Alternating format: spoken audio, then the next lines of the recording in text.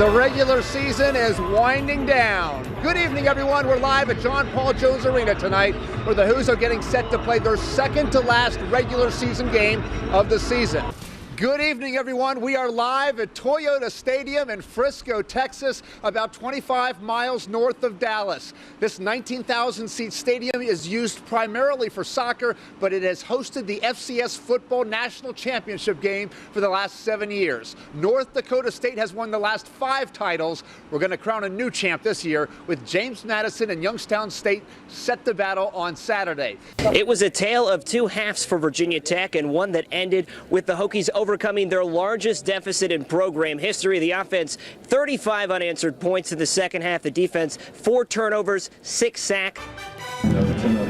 It is day 2 of the ACC tournament, and both the Who's and Hokies play tonight. Good evening, everyone. We are live at the Barclays Center in Brooklyn. Both Virginia and Virginia Tech will play the same team tonight that they played in the regular season finale. For Virginia, the Cavaliers will play Pittsburgh a little bit after 9 o'clock. Virginia crushed Pittsburgh by 25 points just 4 days ago in Charlottesville, but it may not be quite as easy tonight. The Who's ended the regular season on a 3-game win streak, capped off by a convincing 25-point blowout win over Pittsburgh. But the Panthers' top 2 scorers, senior forwards Michael Young and Jamel Artis, were suspended for the first 10 minutes of that game.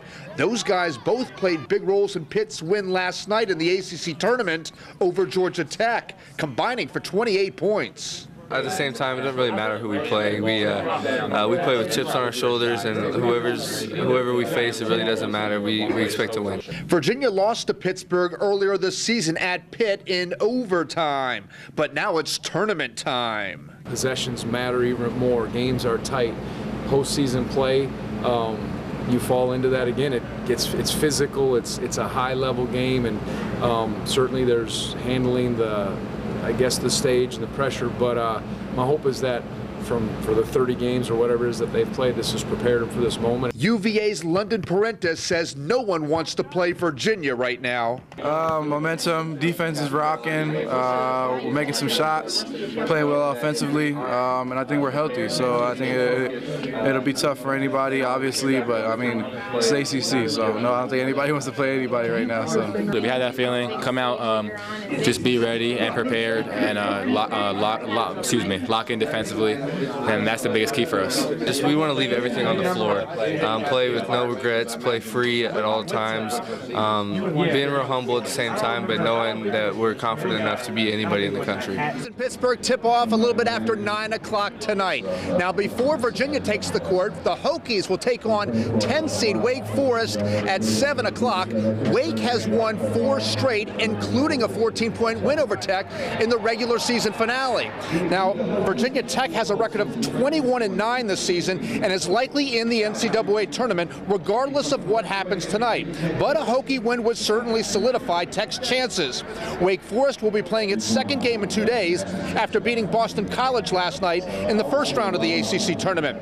Zach Leday is Tech's leading scorer, averaging 16 points per game. Seth Allen is averaging 13 points per game and says the Hokies are looking at the big picture of winning this whole tournament. We definitely want to win. You know, we're playing to win. We came here to win.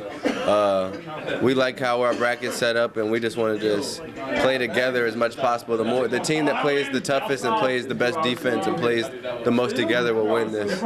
Now, earlier today in the ACC tournament, Miami beat Syracuse, eliminating the Orange, and it was Duke beating Clemson, advancing in the ACC tournament. Now, of course, I'll have highlights and post-game reaction from Virginia tomorrow morning on at your news at sunrise. A full post-game report. We'll have highlights of both the Who's and Hokies tonight after the ACC tournament games right here on NBC29. That is all for now from the Barclays Center in Brooklyn. NBC29 News at 6 continues after this. We have Monday Night Football tonight just outside our nation's capital. The Redskins play host to the Carolina Panthers. It's a big game for the Skins because they are now in control of their own playoff destiny. Our Wolf Golke is live at FedEx Field tonight, where the Redskins and Panthers will kick off at 8:30. Hello there, Wolf. The Redskins' path to the playoffs is clear. If Washington wins its final 3 games, it's in as a wild card. The Skins host Carolina tonight. They'll play the Bears next week and finish up the regular season with the New York Giants. With 4 consecutive games on the road to start the season, the Covenant football team had to wait an entire month before it got to play in front of the home crowd last year. The schedule is much more kind this season. The Eagles will play 4 of their first 5 games at home, including today's season opener against Greenbrier Christian Academy. Seth Wilson is on the sidelines at Covenant for the first time as a head coach.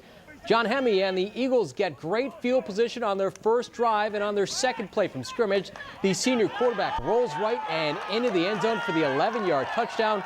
Covenant leads 7-0. The Gators are looking to answer, but Lorenzo Iotto makes the diving interception in midfield. Covenant gets the ball right back. On the ensuing drive, the Eagles are looking to run. Everyone bites on the fake handoff to Donovan Jackson. Jonas Senker heads the other direction on the reverse, and the freshman scores the 28-yard touchdown. It's 14-zip. Moving to the second quarter, Covenant is facing 3rd and long. Hemme throws the short pass to Nicholas Senker. The sophomore gets a block and then sprints 65 yards down the sideline for the touchdown. Covenant is currently leading 37-0 at halftime. While many high schools in Central Virginia played their first football game of the season last night or today, Blue Ridge has only been practicing since Tuesday. The Barons will take on Atlantic Shores in their first game next Friday, and the defending state champs are looking to make some history this season. Ready? From the first time they hit the field this year to their first game of the season, the Blue Ridge football team will have just 8 practices. But the Barons make the most of their days with a 6:30 a.m. wake-up call. It's rough. I mean, you got to have the right mindset, be able to wake up in the morning that early and start conditioning right away and continue it all the way through every practice, all the way till you're going to sleep at night. Getting up at 6:30, they're all there. You usually have to roust them out of bed, but they're all there, ready to go. With a compressed schedule, the team is looking to get up to speed quickly. It's really a simple system. We try to keep it simple. It has to be simple, easy to learn. So, get as many reps as we can, go fast, learn on the fly, some intense conditions. Junior Xavier Kane will be moving to the starting quarterback position this season. The Barons averaged close to 40 points per game last year. With a healthy mix of returning players and talented newcomers, they'll be looking for similar results this year. We're still expecting to score a lot of points. We got a lot of big guys coming in, tight ends, 6'4", 225, linebackers coming in, helping us get the ball. We bring a lot of returning skill guys, and then we bring some seniors that have really been through it. Blue Ridge is the defending VISAA Division II state champion. Hard work on 3, 1, 2, 3. Hard work. Nothing really changes for us. We just more hungry to win another one.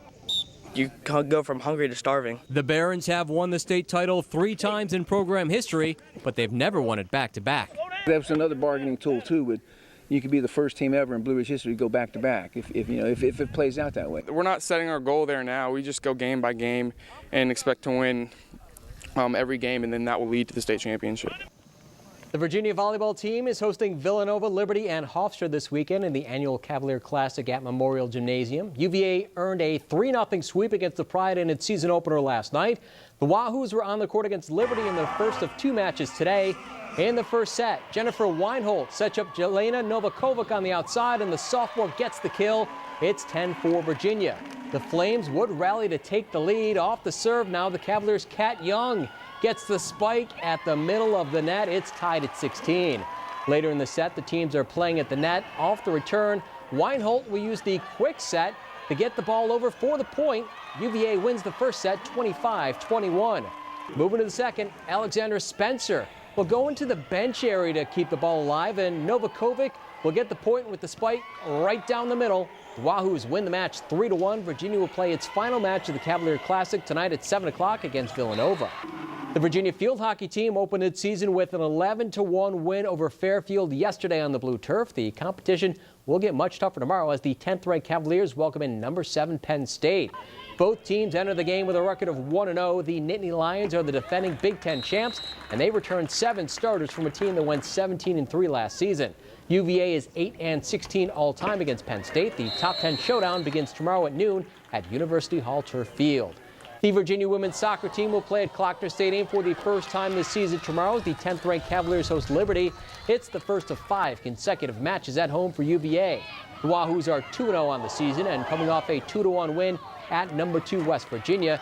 UVA and Liberty have played 13 times, with the Cavaliers winning all 13 matches. The opening kick is scheduled for tomorrow at 2 o'clock at Klockner Stadium. George Geldovich, 296 career wins, passing Bruce Arena for most all-time at UVA. Thank you, Mike. We'll be right back.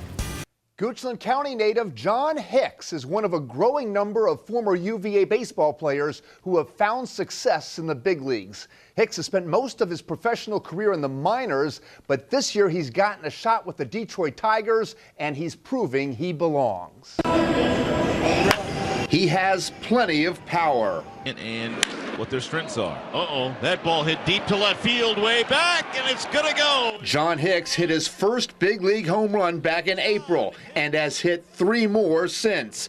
Hicks is now 27 years old and has paid his dues. My first taste of the big leagues in 15 with Seattle didn't go as according to plan, but I've put a lot of work in since then, kind of changing my swing and changing my approach, and it's really paid off. And I feel like I'm getting more solid contact with more power, and just feel like I have a better chance in the box. Hicks, a catcher, played at UVA from 2009 to 2011 and was part of 2 College World Series teams. He had 24 career home runs and was voted an All-American his junior season.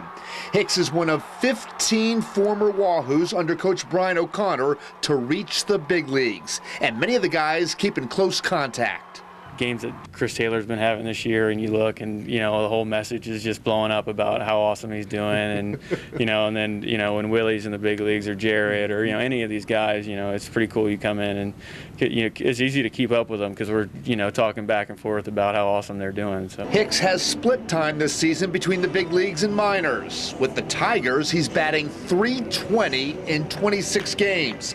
The Tigers have played Hicks at both first base and the outfield, in addition to behind the plate, where he's caught for fellow Goochland County buddy Justin Verlander. He has so much knowledge on these hitters, and he's done it for a long time, and he's got his own approach as far as scouting hitters and things like that, and anything I can learn from him, that'd be a bonus. The last 2 months of the season is an audition for a big league job next year. I try not to look at it necessarily like that, just take it a day at a time, and when I'm in the lineup, come in and do everything I can to prepare myself. And being a catcher, you got a lot of things you got to prepare with. Try to know these guys like the back of my hand, and the pitcher that can lean on me out there. Huge night of high school hoops tonight. We had the boys and girls Jefferson District Championship games at Albemarle High School, as well as the Conference 28 tournament games at William Monroe High School. No time to waste. Let's get right to it. We start at Albemarle, 3-seed Charlottesville, looking to upset the regular season champion Patriots. First quarter, Albemarle's Nail Arnold gets the steal. Arnold, watch out. The jam. Patriots up 4 early. Final minute of the first, Charlottesville's Emmanuel Wells sidesteps and slips it in, but the Black Knights trailed by 8 after the first. Second quarter, the Patriots go on a run. Austin Castra catches the deflection, sets, fires, and it's good. Castra had 21. Those two put Patriots up 19 and capped a 16-5 run. Later, more Albemarle. It's Jaquan Anderson with the triple. And seconds later, Anderson out on the wing. Give it to him. Unconscious from long distance, and folks, he is just heating up. Patriots up big, and then right before the half, Anderson, the juke, the head fake, bang! Anderson closes out the half with 3 triples to put the Patriots up 26 at the break. Albemarle goes on to win 81-53 and is your Jefferson District regular season and tournament champs. To the ladies, 4-seed Louisa is facing 2-seed Western Albemarle for the district title. In the third quarter, the Lions lead by 3. Louina's Anna Agee fakes and hooks it in. She had 15. Lions up 5. Western responds. Aliri Hayden passes up top to Elizabeth Kaufman. Kaufman cans 3 of her 10 points. Warriors back within 2, but the Lions would keep roaring. Carmela Jackson in the corner. Bang! She knocks down the 3-pointer and had 14 on the night. Louisa up 5 again. Fourth quarter now. More Louisa. It's a G from atop the key. Yes! Lions up 17 at that point. Louisa County wins 63-46 and is your girls Jefferson District Tournament champs.